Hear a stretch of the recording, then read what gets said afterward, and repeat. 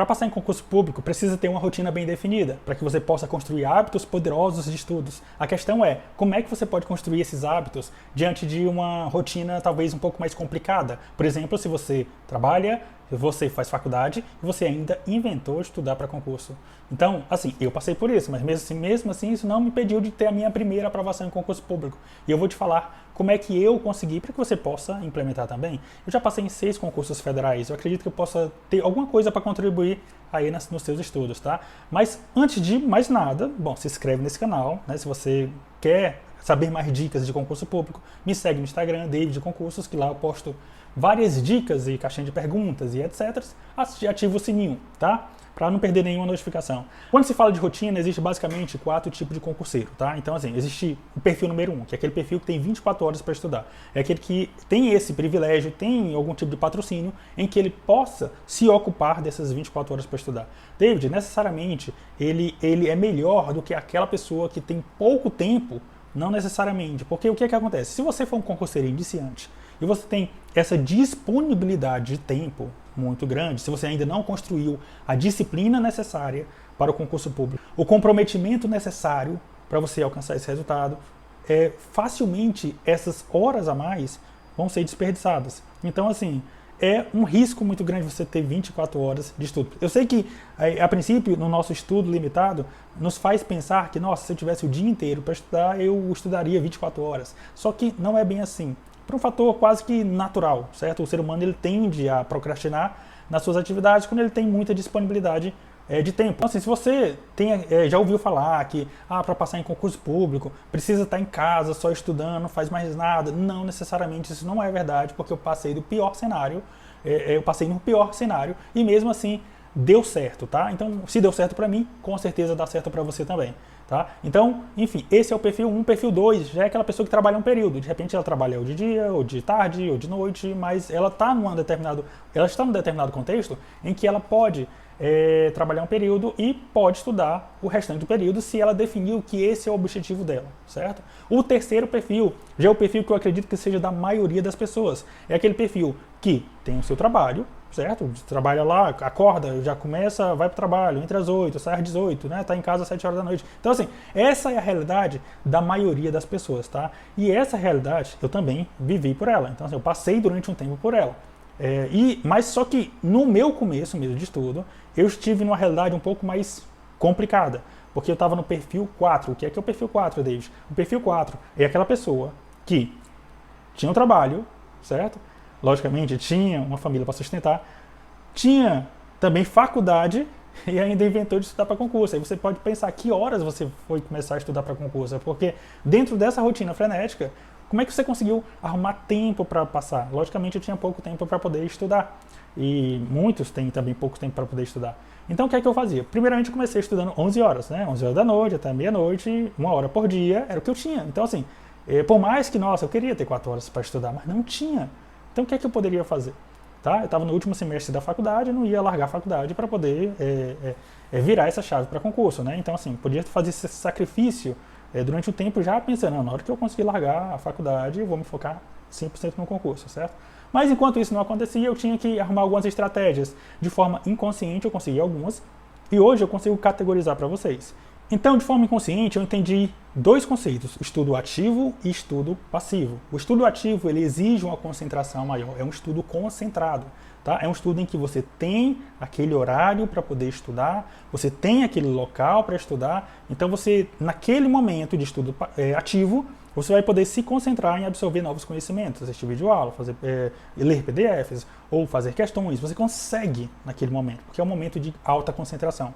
E o que é o estudo passivo? É todo o restante do tempo em que você não consegue esse tempo de concentração. Então, isso me serviu demais, porque, por exemplo, se eu estava numa fila de um banco, eu estava lá, lendo algum mini resumo que eu fiz, ou então vendo algum mapa mental, fazendo alguma coisa que resgatasse esse meu conhecimento. Então, assim, não tinha o total de concentração, mas também não era um tempo que se perdia.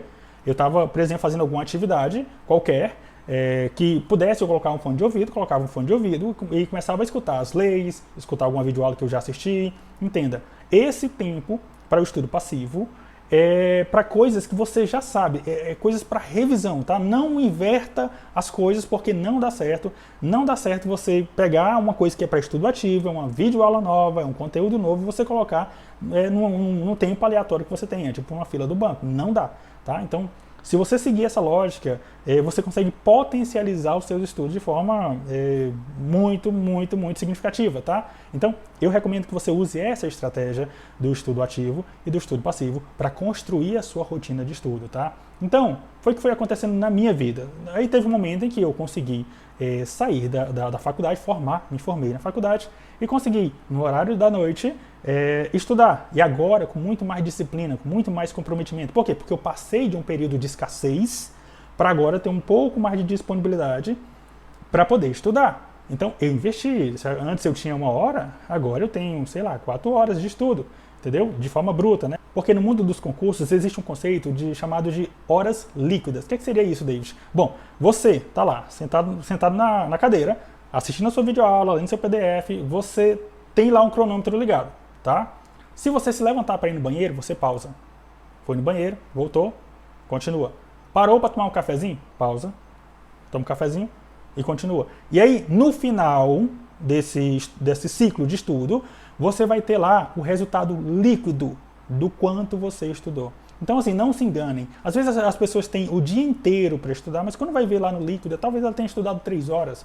Porque ela estava aqui, então abriu uma rede social e foi se perdendo e teve que falar com alguém, enfim, recebeu uma ligação. Então, assim, o estudo líquido, eu acho interessante ele para você ter uma noção do quanto você realmente está estudando. Eu não acho que seja vantajoso você todo dia estar fazendo isso, se você já entendeu. Não, normalmente eu estudo 4 horas por dia líquida, então eu já entendi mais ou menos o meu fluxo, né? Tem dias que é 3, tem dias que é 5, mas normalmente essa é a média. Se você tem essa noção, eu acho que você não precisa ficar paranoico com essa questão de horas líquidas, tá? Tem gente que gosta de fazer até tabelinha e botar quanto estudou por semana, mas eu acho isso desnecessário. Mas vai aí o seu critério, tá? Porque não é uma coisa que efetivamente vai garantir a sua aprovação, né? Não, é só para você ter uma informação de controle, tá? Então, independente do perfil que você esteja, desde o perfil 1, que tem 24 horas disponíveis, até o perfil 4, que trabalha, faz faculdade, chega de noite cansado, você tem que entender como é que funciona a montagem de um cronograma. Um cronograma ou um ciclo de estudo, tá? Eu já expliquei a diferença entre cronograma e ciclo de estudo exaustivamente, certo? Nesse vídeo aqui, que eu vou deixar aqui linkado, e no final do vídeo também para você assistir. E também nesse vídeo eu vou comentar também como é que eu consegui passar no Senado Federal. Mas de forma resumida, a diferença entre um ciclo de estudo e um cronograma é que o cronograma é que nem na época da escola, entendeu? Você tem lá segunda-feira, 2 disciplinas. Terça-feira, 2 disciplinas. Terça-feira, 2 disciplinas. Ou 3 disciplinas. Vai a seu critério de definição. O problema é que vai ter uma segunda-feira que você não vai conseguir estudar por algum motivo. E aí você fica estressado ou desmotivado porque não conseguiu seguir aquele cronograma. Tá? E quando você vai para o ciclo de estudo, que foi essa modalidade que eu usei para ser aprovado nos meus últimos concursos, é mais dinâmica, é mais flexível. Então, assim, tem a matéria e você vai rodando o ciclo. Vamos supor que hoje seja português, eu não consegui estudar hoje por algum motivo, então amanhã eu estudo português. E não a matéria que seria do dia posterior, entendeu? Então, o ciclo ele é mais interessante. E qual é o princípio do ciclo? O princípio do ciclo é que você não fique o tempo todo em apenas uma disciplina. Essa é a ideia. Entenda. O princípio ele é muito mais forte do que a regra. A regra ela é flexível, mas isso é para concurseiros mais avançados no mundo dos concursos, tá? Então assim, eu vou passar essas dicas para vocês nos próximos vídeos, como é que você pode se tornar um concurseiro raiz, um concurseiro realmente aquele que já saiu do iniciante, já passou do intermediário e agora está migrando para o concurseiro mesmo avançado, concurseiro raiz. Então, assim, quais são as perguntas que eu vou deixar para você, certo? Para você refletir sobre isso. Primeiro, qual o tempo dentro do meu dia, dentro da minha semana, quantas horas eu posso utilizar para um estudo ativo, um estudo concentrado? Essa é a primeira pergunta. A segunda pergunta, quantas horas eu tenho para um estudo passivo, que de repente você pode trazer à consciência um tempo ali que você está, de repente, na academia e pode colocar um resumo para ouvir, entendeu? E terceiro, a definição do seu ciclo de estudo, ou seja, qual é a sequência de matérias que você acha interessante colocar para rodar esse ciclo, para poder conquistar o seu objetivo. De bagagem em bagagem, você vai conseguir construir a bagagem necessária para poder ter a sua aprovação. Então, o que não pode acontecer é desistir, porque quem desiste realmente não chega no resultado. Agora, quem persiste, quem insiste até alcançar o seu resultado, inevitavelmente não dá para parar uma pessoa dessa. Não dá para parar quem decidiu não parar. Não dá para parar. Quem decidiu vencer essa jornada de concurso público. E eu convido você para manter esse ritmo, para construir, para se organizar em relação aos seus estudos. E eu vou estar publicando mais vídeos nesse sentido, tá? Eu vou falar para você no próximo vídeo o que é mais interessante. É ler, é PDF, é livro, é videoaula, é presencial, é à distância. Qual é a melhor forma de estudar para concurso público? Já coloca aqui nos comentários, hashtag bora passar. Qualquer dúvida, coloca aqui no comentário. Se esse vídeo fez sentido para você, deixe o seu like. Me siga nas redes sociais, David Concursos. E tamo junto até depois da sua aprovação. Eu ainda vou ver o seu nome lá no Diário Oficial da União. Até mais!